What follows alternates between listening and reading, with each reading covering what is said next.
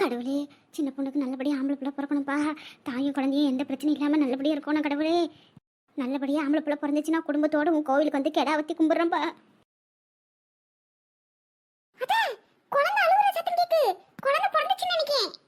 அடா ஆமா, குழந்தை பிறந்துச்சு போல. குழந்தை அழுவுதே. ஒரு வழியே சின்ன பொண்ணுக்கு குழந்தை பிறந்துச்சு.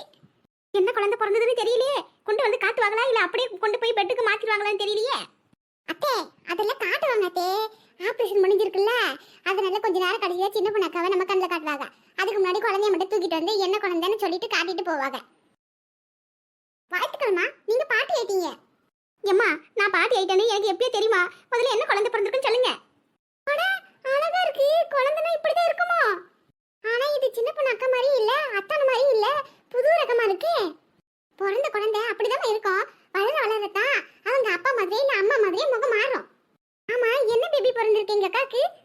எங்க அக்கா நல்லதானே இருக்காங்க? அதெல்லாம் நல்லதமா இருக்காங்க. அந்த கடவுளோட அருளால உங்களுக்கு அந்த கடவுளான மகாலட்சுமியே பிறந்திருக்கா. பொண்ணுதான் பிறந்திருக்கா. பொண்ணா? எனக்கு அப்பவே தெரியும். சின்ன பொண்ணுக்கா, நான் உன்கிட்ட பெட்டு கட்டின மாதிரி உனக்கு பொண்ணுதான் பிறந்திருக்கு. இந்த போட்டியில நான் தான் ஜெயிச்சேன். பொண்ணு பிறந்திருக்கா? அது சரி. பொம்பளை பிள்ளை பிறந்தா ஆஸ்பத்திரியில விட்டுட்டு வந்துருவோன்னு சொல்லியா பொம்பளை பிள்ளைய பெற்றிருக்கா. ஆம்பளை பிள்ளை தான் வேணும்னு நான் சொல்லியும் பொம்பளை பிள்ளை தான் பெற்றிருக்கா. இனிமேட்டு அவளையும் அந்த பிள்ளையும் நான் வீட்டுல சேர்க்க கூட மாட்டேன். அத்தை, இந்த பாப்பா பாருங்களேன், எவ்வளவு அழகா இருக்கு.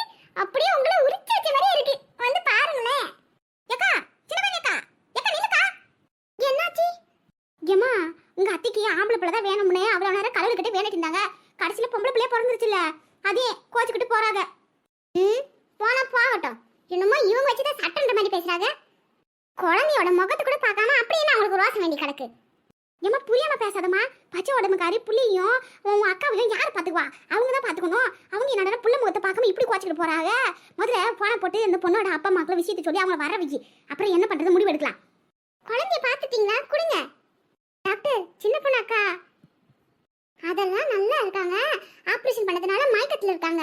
அரை மணி நேரத்துல வார்டுக்கு மாத்திடுவாங்க. அப்புறம் நீங்க போய் பார்க்கலாம். அது வரைக்கும் குழந்தைய நாங்க டோக்கன் கட்டி உள்ளதா வச்சிருப்போம். ஒரு 2-3 நாளைக்கு யாரையும் பார்க்க அலோ பண்ண மாட்டோம். 1 hour பர்மிஷன் இருக்கு. அப்ப மட்டும் தான் குழந்தைய பார்க்க முடியும். மற்ற டைம்ல எல்லாம் அம்மா மட்டும் தான் பாத்துக்க முடியும். சரிங்களா? சரிங்க டாக்டர். ஏம்மா, நீ போன போட்டு எல்லாருக்கும் விஷயத்தை சொல்லு. நான் போய் உன் அத்தை எங்க கோச்சிட்டு போறாங்கன்னு தெரியல. வீட்டுக்கு போறாங்களா இல்ல வேற எங்கன்னா ரோட்டுக்கு போறாங்களான்னு தெரியல. நான் பார்த்து சமாளம் பண்ணி அனுப்பி வைக்கிறேன். நீ பத்திரமா இரு. சரிங்க ஆண்டி. எவ்வளவு கொழுப்பு இருந்தா இவங்களுக்கு இப்படி பண்ணுவாங்க? பொம்பளை பிள்ளை பிறந்தா என்ன, ஆம்பளை பிள்ளை பிறந்தா என்ன? பிறக்கிற பிள்ளை நல்லபடியா பிறக்காதானே பாத்துருக்கணும். அது விட்டுட்டு ஆம்பளை பிள்ளை பிறக்கலான்னு அழுதுகிட்டே பிறந்த பாரு. பச்சை பிள்ளை அது என்ன பாம்பு பண்ணிச்சு? அது முகத்து கூட பார்க்காம இந்த கிழவி இப்படி ஓடுது. இருக்கட்டும். முதல்ல அத்தானுக்கு லைன் கிடைக்க மாட்டேங்குது. கிடைக்கட்டும். பிறகு இங்க நடந்த விஷயத்தெல்லாம் சொல்லி அவங்க அம்மாவை நல்ல ஏச சொல்றேன். அப்ப இந்த கிழவிக்கு அறிவு வரும். இந்த சந்தோஷமான விஷயத்த முதல்ல எல்லாருக்கும் போன போட்டு சொல்லுவோம். சின்ன பொண்ணாக்காவோட அப்பாவுக்கு முதல்ல சொல்லுவோம். அப்புறம் மட்டும் அத்தனுக்கு ட்ரை பண்ணுவோம். ஏக்கா, சின்ன பையக்கா, என்னக்கா நீ பாட்டுக்கு இப்படி ஓடி வந்துட்ட? வேற என்னடி பண்ண சொல்ற? ஏக்கா, உனக்கு அந்த கடவுளை மகாலட்சுமியே பேத்தியா கொடுத்துருக்கா. அப்புறம் ஏங்கா பேசாம வந்துட்ட? வாக்கா, அந்த புள்ள முகத்தை வந்து பாரு. முடியாதுடி, பார்க்கவும் மாட்டேன், ஏத்துக்கவும் மாட்டேன். ஆசையா இருந்தேன் ஆம்பளை பிள்ளை தான் பொறுக்குன்னு. அந்த கடவுளுக்கு கருணையே இல்லை. கிழா வெட்டி கோயிலுக்கு வந்து குடும்பத்தோடு பொங்க வச்சு சாமி கும்பிட்றன்னு வேண்டேனே. அப்போ கூட எனக்கு ஆம்பளை பிள்ளை பொறுக்குன்னு பார்த்தேன். பொம்பளை பிள்ளையா பிறந்து போச்சு. அடி ஆசையெல்லாம் நாசமாக போச்சு. சனியை முடிச்சுவேன். வீட்டுக்கு மருமகளாக வந்து என் மகன் வாழ்க்கை நாசம் பண்ணது போதாதுன்னு இப்போ இது வேறு வந்தா ஒரு ஆம்பளை பிள்ளை பெற்றுக்க கூடாது. இல்லை ஒரு ஆம்பளை பிள்ளை பொம்பளை பிள்ளை அப்படி பெற்றிருந்தா கூட மனசு நிம்மதி ஏதோ ஓரளவுக்கு சமாதானப்படுத்திருப்பேன். ஆனால் வந்ததும் வராதுமா இப்படி பொம்பளை பிள்ளை பெற்றுக்கிட்டு பழுத்துட்டு கிடக்கால. நான் இதுக்கு வந்து அவளை பார்க்கணும். ஏக்கா, என்னக்கா பேசுற? ஆஸ்பத்திரியில் ஸ்கேன் எடுக்கும்போதே ஒத்த பிள்ளையா ரெட்ட பிள்ளையான்னு பார்த்து சொல்லுவாங்களா? அப்படி இருக்கையில ஒத்த பிள்ளைன்னு உனக்கு அப்பயே சொல்லியிருப்பாங்களே. கடைசி நேரத்தில் ரெட்ட பிள்ளை பிறக்கலையான்னு சொன்னா எப்படிக்கா? குழந்தை பிறந்துருச்சு. கடைசி நேரத்தில் நம்ம என்ன பண்ண முடியும்? விடுக்கா, நடந்ததெல்லாம் மறந்துட்டு மனசை தேத்திக்கிட்டு வாக்கா, வந்து பாருவா.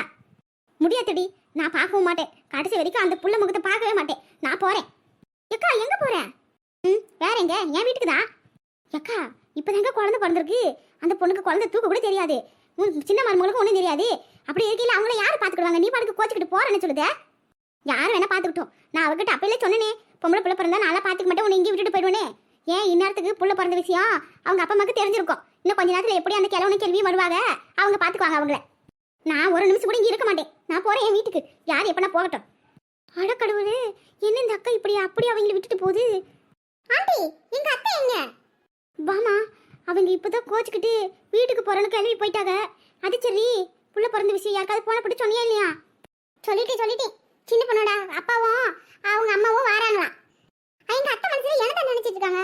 என்னதான் கோவம் இருந்தாலும் இப்படியா ஒரு குழந்தை முகத்தை கூட பார்க்காம இப்படி கோச்சிக்கிட்டு போறாங்க? ச்சே, அவங்களும் ஒரு பொண்ணு தானே.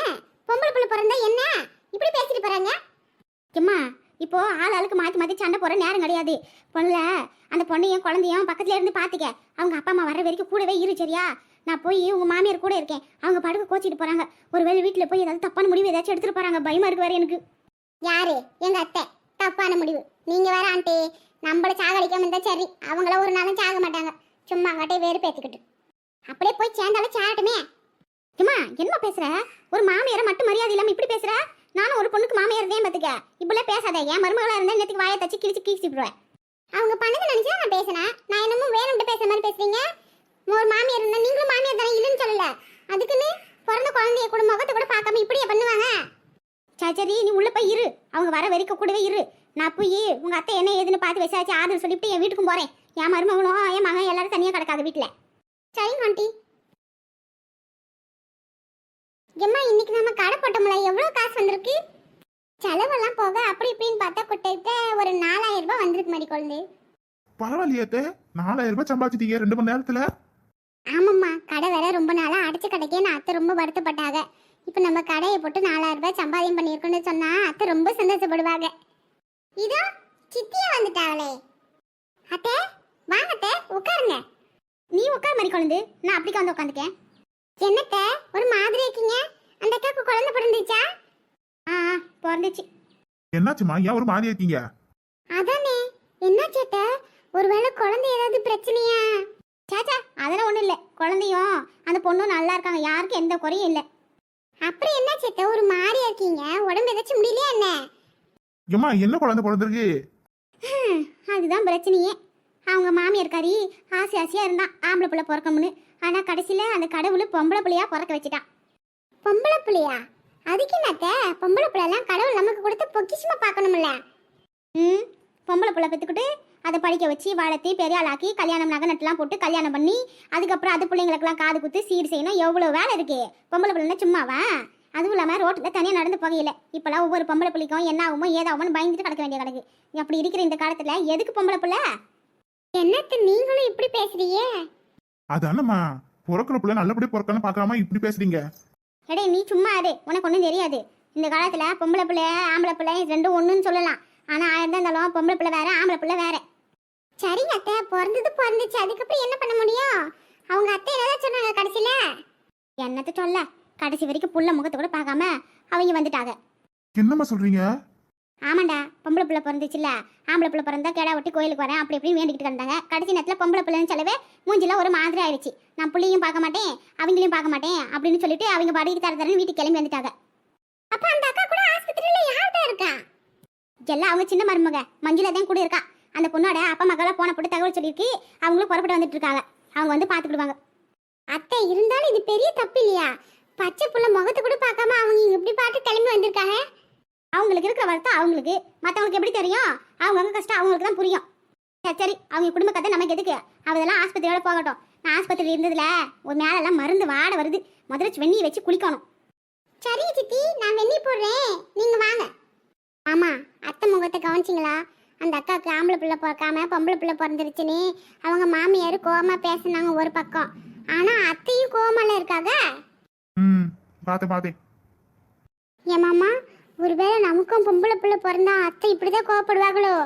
என் குழந்தை முகத்தை பார்க்காம வந்துருவாங்களோ? ஏய் மறி குழந்தை, அவங்க கதை வேற நம்ம கதை வேற. அம்மா அப்படிலாம் இருக்க மாட்டாங்க. நான் தான் கூடவே இருப்பேன்ல, அப்படியே பயப்படுற. அதெல்லாம் நினைச்சு பயந்துக்காத. எந்த பிள்ளையா இருந்தாலும் நம்ம பிள்ளை அப்படி நானே